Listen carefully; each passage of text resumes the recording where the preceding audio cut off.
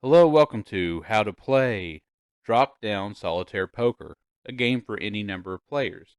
This is based off of the Game Gear Classic Solitaire Poker. And if you haven't played this at all, go ahead and get a ROM and download it because it's a great game. So the first thing we're going to do is we're going to roll some dice, and we're going to roll one die that is not like the others. That's going to give us our information value. So in this case, we have information 2. We would show 2 cards. If it's an information 3, or excuse me, a 1, we only show 1. Now information 3 will show 3. 4 will show 4, 5 will show 5, and 6 we won't show any. 6 will be a very difficult way of doing things.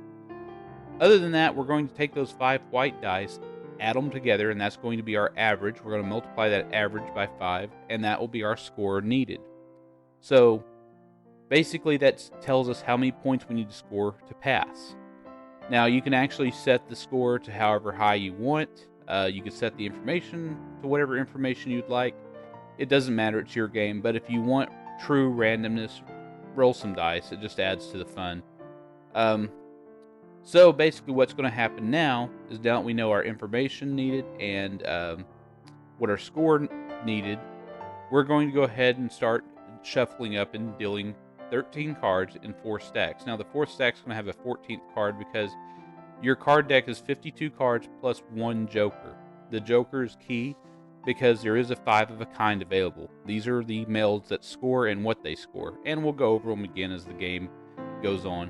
So we roll, we have an information 3, we'll go ahead and roll again, see what, well no, we're going to take that score. It's going to be 90 points is the requirement on information 3, so we're 13 cards for each stack. The last stack will have 14 cards, then we're going to take the top 3 cards and fan them out. That way we can make a plan on how we're going to use them and hopefully meet that point requirement of 90 points. So what's going to score is going to be the vertical, horizontal, and diagonal rows. And so this game is very gravity driven. So if you place a card, you have to place it at the very bottommost of the column. You can't just place it on any square. It has to be the bottommost column. Now, you do not need the game board to play this. I just made it the other day to make making this video a little bit easier. So what you see now, we just left that king of spades down in the 4th column, 4th space vertically. That is going to create a diagonal with that king of diamonds at the bottom left-hand corner. So it's basically planning on what cards we're going to use, how we're going to use them to create scoring melds in poker melds to score points. That's what we're trying to do. So we haven't found our joker yet, so we're kind of in trouble because finding the joker is key. It's kind of a luck-based thing. There's only 4 different card stacks, so you never know exactly where it's going to be. So now we just scored a flush for that first vertical column, that 4th one. That'll give us 14 points. Now you could write that down as you go and determine how many more points you need to clear the level, or you could just leave things in God's hands and hope that you win. Either way, it's your choice. Neither choice is wrong, neither choice is right. It's just your prerogative, whatever you want to do. So now we're trying to see if we can score any points on that horizontal row at the bottom. And it doesn't look like we're going to be able to.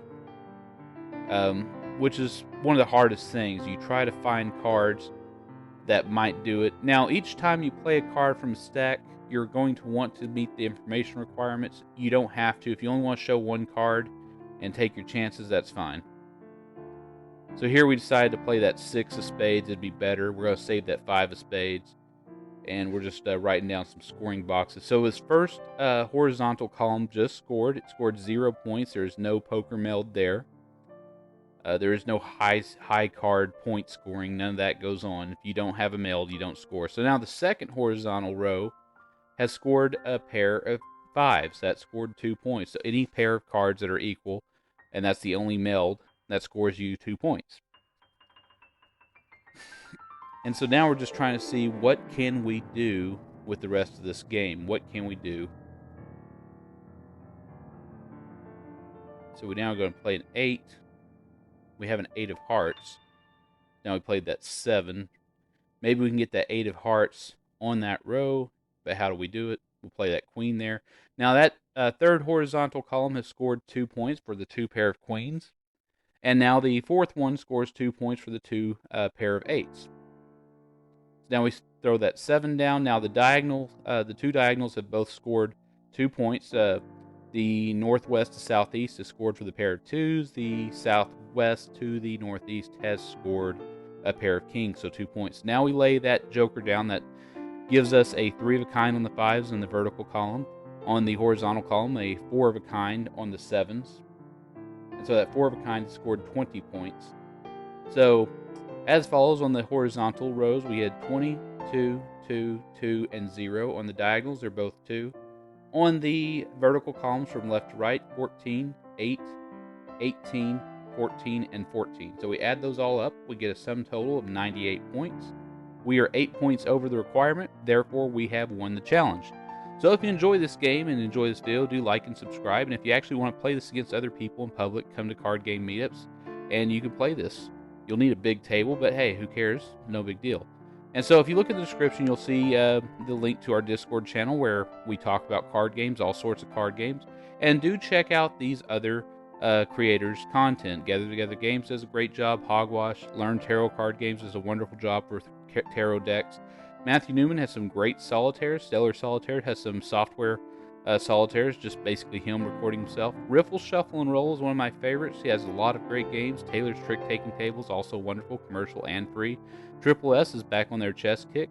And Vislaco does a lot of print and play stuff.